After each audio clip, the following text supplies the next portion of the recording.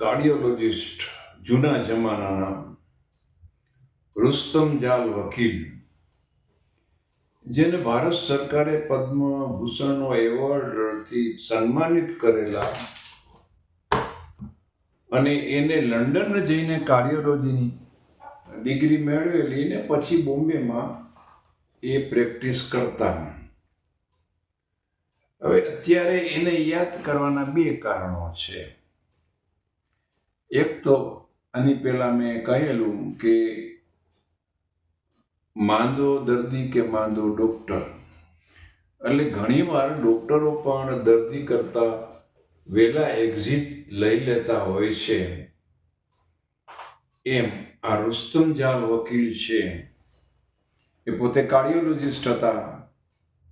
એ જમાનામાં તો કાંઈ એન્જિયોગ્રાફી કે એન્જિયોપ્લાસ્ટી કે MRI કે એવું કંઈ થતું નહીં. ત્યારે એ બોમ્બે હોસ્પિટલની અંદર હતા ત્યારે એને કંઈક ડિસેક્ટિંગ એન્યુરિઝમ કે એવું કંઈક જે મેજર ધમની હોય હાર્ટની એ ફાટી ગઈ હશે અને he was died at the age of 63 years. હવે આ રુસ્તમ જાલ વકીલ કાર્ડિયોલોજિસ્ટ હોવા છતાં 63 yearsની ઉંમરે એનું ડેથ થયું. હવે એને અહીંયા અત્યારે યાદ કરવાનું કારણ એ છે કે મધુબાલા અને કિશોર કુમારે લગ્ન કર્યા પછી મધુબાલાને હાર્ટની તકલીફ ચાલુ થઈ અને એવું કહેવાય છે કે એના હૃદયમાં કાણું હતું અને આ કાણાના હિસાબે એ પ્રોબ્લેમ ચાલુ થયેલા. એટલે 1960માં લગ્ન કરેલા અને પછી પ્રોબ્લેમ ચાલુ થયેલો હશે. એટલે કિશોર કુમાર, મધુબાલા અને આ રુસ્તમ જાલ વકીલ લંડન ગયેલા મધુબાલાની સારવાર માટે. પણ લંડનમાં પણ કંઈ ગાડી ફાવી નહીં અને પછી મધુબાલાને લઈને પાછા આવ્યા અને એ પછી મધુબાલા 9 વર્ષ જીવી. 1969માં મધુબાલાનું ડેથ થયું. આ દરમિયાન એને એક્સચેન્જ ટ્રાન્સફ્યુઝન કે બીજી જે કંઈ સારવાર જરૂર હોય એ કરવામાં આવતી હતી. પણ એને VSD નામની ડિફેક્ટ હતી હાર્ટમાં. હવે મારી પાસે આ હૃદયનું મોડેલ છે. એમાં તમે જોઈ શકો છો કે 2 ખાના ઉપર છે અને 2 ખાના નીચે છે. ઉપરના જે ખાના હોય છે એને એટ્રિયમ કહેવામાં આવે છે અને નીચેના ખાનાને વેન્ટ્રિકલ કહેવામાં આવે છે. અને આ જે 4 ખાના છે એને જુદા પડતો જે પડદો છે એને સેપ્ટમ કહેવામાં આવે છે. હવે આ પડદો છે એ બાળક પેટમાં હોય ત્યારે ધીમે ધીમે એ ખાનાઓને સેપરેટ કરી દેતો હોય છે. પણ ઘણીવાર જન્મ થયા પછી આવા પડદામાં ડિફેક્ટ રહી જાય તો કોઈ પણ ઉપરના ભાગમાં કે નીચેના ભાગમાં હોલ રહી જતા હોય છે. હવે ઉપરના જે 2 ખાનાની વચ્ચેનો હોલ હોય જન્મજાત રહી ગયેલો તો એને ASD કહેવાય, એટ્રિયલ સેપ્ટલ ડિફેક્ટ. નીચેના જે વેન્ટ્રિકલ્સ છે એની વચ્ચે જો ડિફેક્ટ રહી ગઈ હોય તો એને VSD કે વેન્ટ્રિક્યુલર સેપ્ટલ ડિફેક્ટ કહેવાય. હવે આ ડિફેક્ટ જન્મજાત હોય, પેટમાં બાળક હોય ત્યારે કોઈ પણ કારણસર એ હાર્ટનું ડેવલપમેન્ટ થતું હોય ત્યારે 4થા કે 5મા મહિને અને ત્યારે આ જે વચ્ચેના જે પડદા હોય એનું ડેવલપમેન્ટ થતું હોય ને અમુક ભાગ છે એ જન્મ પછી બુરાઈ જતો હોય છે. એટલે કે આખો જે સેપ્ટમ છે એ એક સરખો થઈ જતો હોય, જે જગ્યા રહી ગઈ હોય જેમ જેમ બાળક મોટું થાય એમ. પણ ઘણીવાર આવી ડિફેક્ટ રહી જતી હોય છે. તો આવી ડિફેક્ટને પછી રિપેર કરવી પડે.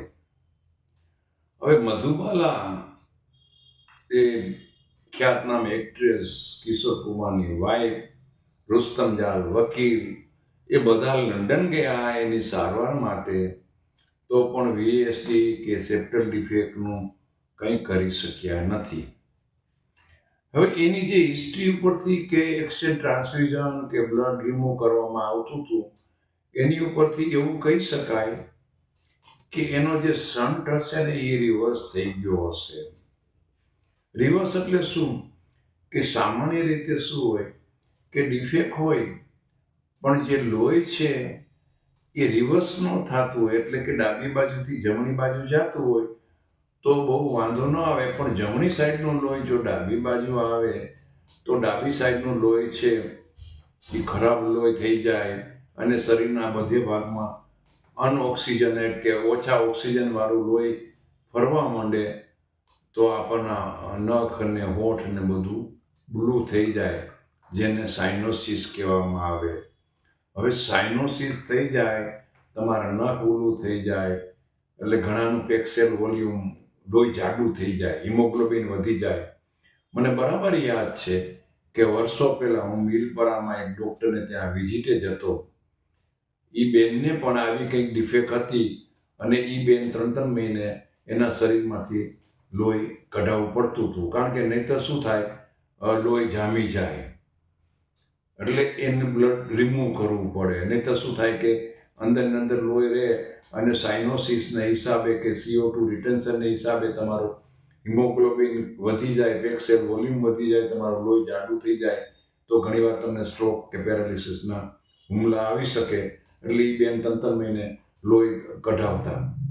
એ મધુબાલાને પણ આવું કંઈક કરવામાં આવ્યું હશે, પણ એ વાત તો જૂની થઈ ગઈ. આજકાલ તો મેડિકલ સાયન્સ બહુ એડવાન્સ થઈ ગયું છે.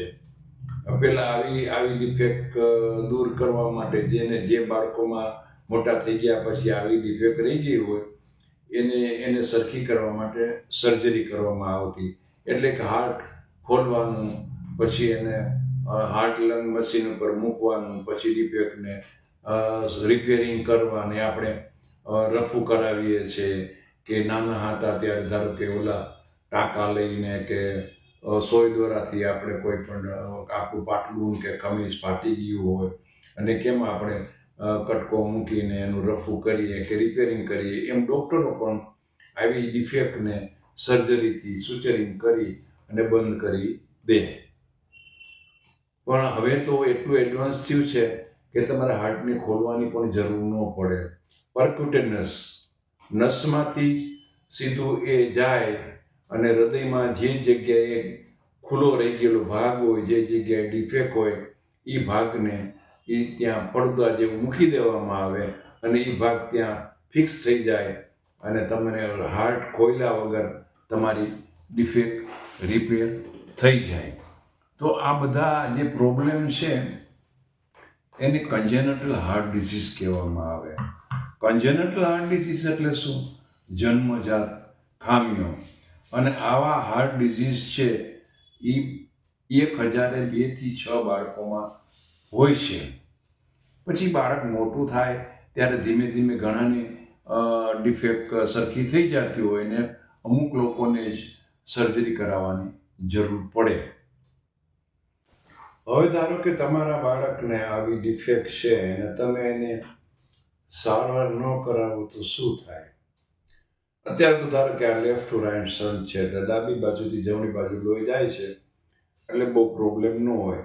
પણ આ બાજુ લોહીનો વધારે ભરાવો થાય ને, કારણ કે ઉપરથી લોહી આવતું હોય ને આ બાજુથી લોહી આવે એટલે ધીમે ધીમે આ જે ખાનું છે એ ધીમે ધીમે રાઇટ એટ્રિયમ છે એ પોળું થવા માંડે એટલે એ રાઇટ વેન્ટ્રિકલ પણ પોળું થાય એટલે પછી બેક પ્રેશર આવે એટલે પછી તમારા બાળકને કે દર્દીને શ્વાસ ચડવાની તકલીફ ચાલુ થાય, હૃદય પોળું થાય, હૃદયનું પમ્પિંગ નબળું થાય અને જો ડિફેક્ટ હોય તો ધીમે ધીમે શ્વાસ ચડે.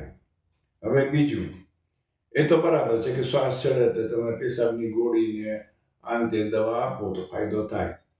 પણ આ જે શન્ટ છે જે ડાબી બાજુથી જમણી બાજુ લોહી જાય છે એ રિવર્સ થઈ જાય, આ બાજુનું પ્રેશર વધી જાય અને પછી લોહી જમણી બાજુનું ડાબી બાજુ જવા માંડે એટલે ડાબી બાજુ જે શુદ્ધ લોહી છે એની સાથે અશુદ્ધ લોહી મિક્સ થઈ અને લોહીને બગાડે એટલે લોહી પછી ફરતું શરીરમાં બધે અશુદ્ધ લોહી ફરે એટલે શરીરના દરેક ભાગને, કિડનીને, મગજને જે પ્રમાણમાં ઓક્સિજનેટેડ બ્લડ જોતું હોય એ ન મળે એટલે શરીરમાં પછી સાઇનોસિસ થાય, કિડની ખરાબ થાય, હાથ ને બધું દુખરા થવા માંડે, હોઠ દુખરા થાય, નખ કાળા પડવા માંડે.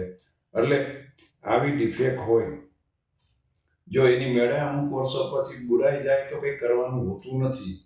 પણ જો ડિફેક્ટ હોય અને પ્રોબ્લેમ હોય તો એની સારવાર કરવી જરૂરી છે. હવે આવી ડિફેક્ટ છે કે નહીં કેમ ખબર પડે? એક તો આપણે ડૉક્ટર પાસે જઈએ એટલે એ તપાસે, એટલે ડૉક્ટર તપાસે એટલે એને તો આઈડિયા આવી જાય, કારણ કે અંદર કંઈક નવી જાતનો સાઉન્ડ જેને ડૉક્ટરને સંભળાતો હોય, સ્ટેથોસ્કોપ રાખે ને આમ હૃદય ઉપર, એટલે એને કંઈક વિચિત્ર અંદરથી અવાજ આવે આ ડિફેક્ટને હિસાબે, એને મરમર કહેવાય. એટલે ડૉક્ટરને એમ થાય કે આમાં પ્રોબ્લેમ છે, એટલે તમારો કાર્ડિયોગ્રામ કરે, તમારો એક્સરે કરે, તમને ઇકો કરાવે. એટલે આ બધી તપાસ થઈ ગયા પછી નિદાન થાય કે ભાઈ ઉપરના ભાગમાં હોલ છે કે નીચેના ભાગમાં હોલ છે, આ હોલ કઈ સાઇઝનો છે, એ હોલને બુરવાની જરૂર છે કે નથી જરૂર, એના મેળાએ બંધ થઈ જશે કે નહીં બંધ થાય. એટલે આવું નક્કી કર્યા પછી, નિદાન કર્યા પછી તમારે એની સારવાર માટે કાર્ડિયોલોજિસ્ટને મળવું પડે. કાર્ડિયોલોજિસ્ટ એમ કે હું કેથેટરથી અંદર નાખી અને હું એને ક્લોઝ કરી દઈશ તો તમારે હાર્ટને ઓપન કરવાની જરૂર ન પડે. પણ કાર્ડિયોલોજિસ્ટ એમ કે ભાઈ આ મારાથી તો બંધ નહીં થાય, તો તમારે સર્જન પાસે, કાર્ડિયોથોરેસિક સર્જન પાસે જવું પડે અને એ હાર્ટ ખોલીને એને બંધ કરી દે. હવે આ જે કન્જેનિટલ હાર્ટ ડિઝીઝ છે ને, એ પ્રેગ્નન્સીમાં આપણે બરાબર ધ્યાન રાખીએ, ચેકઅપ કરાવીએ અને પ્રેગ્નન્સીમાં કોઈ જાતનું ઇન્ફેક્શન થતું હોય તો આવા પ્રોબ્લેમ થતા હોય છે. ખાસ કરીને રૂબેલા ઇન્ફેક્શન થતું હોય, ઘણીવાર બહેનો આલ્કોહોલ પીતા હોય કે સ્મોકિંગ કરતા હોય, ઘણીવાર ફેમિલી હિસ્ટ્રી હોય કુટુંબમાં જન્મજાત હૃદયની ખામીની, તો આવા બહેનોને જે બાળકો ઉતરે છે એની અંદર કન્જેનિટલ હાર્ટ ડિઝીઝ કે જન્મજાત હૃદયની ખામી સાથે ઉતરે છે. તો રૂબેલા વેક્સિન અપાતી હોય છે પેટમાં બાળક હોય ત્યારે. પછી તમે ફોલિક એસિડ ને બીજી વિટામિનની દવા તો આજકાલ ડૉક્ટરો આપતા જ હોય છે. એટલે કન્જેનિટલ હાર્ટ ડિઝીઝ બહુ કોમન છે.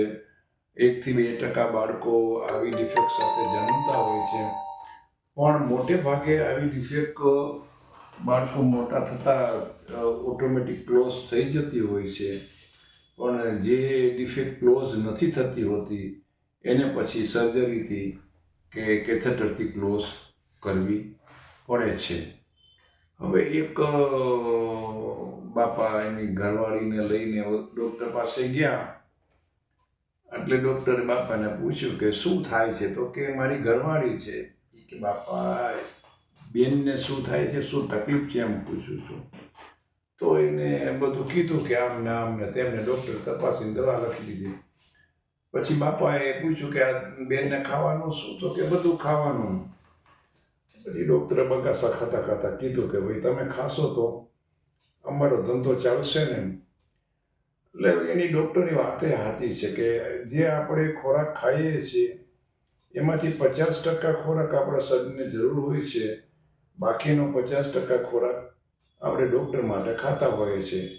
તો ખાવા પીવામાં ધ્યાન રાખવું. પેટમાં બાળક હોય ત્યારે બહેનોએ ખાસ ધ્યાન રાખવું કે તમને કંઈ પ્રોબ્લેમ હોય તો તાત્કાલિક ડૉક્ટરને મળવું. અને બાળકનું હેલ્થ કેવી છે એ પણ આજકાલ તો બધું ચેકઅપ થતું હોય છે, એટલે કોઈ પ્રોબ્લેમ નથી. Thank you.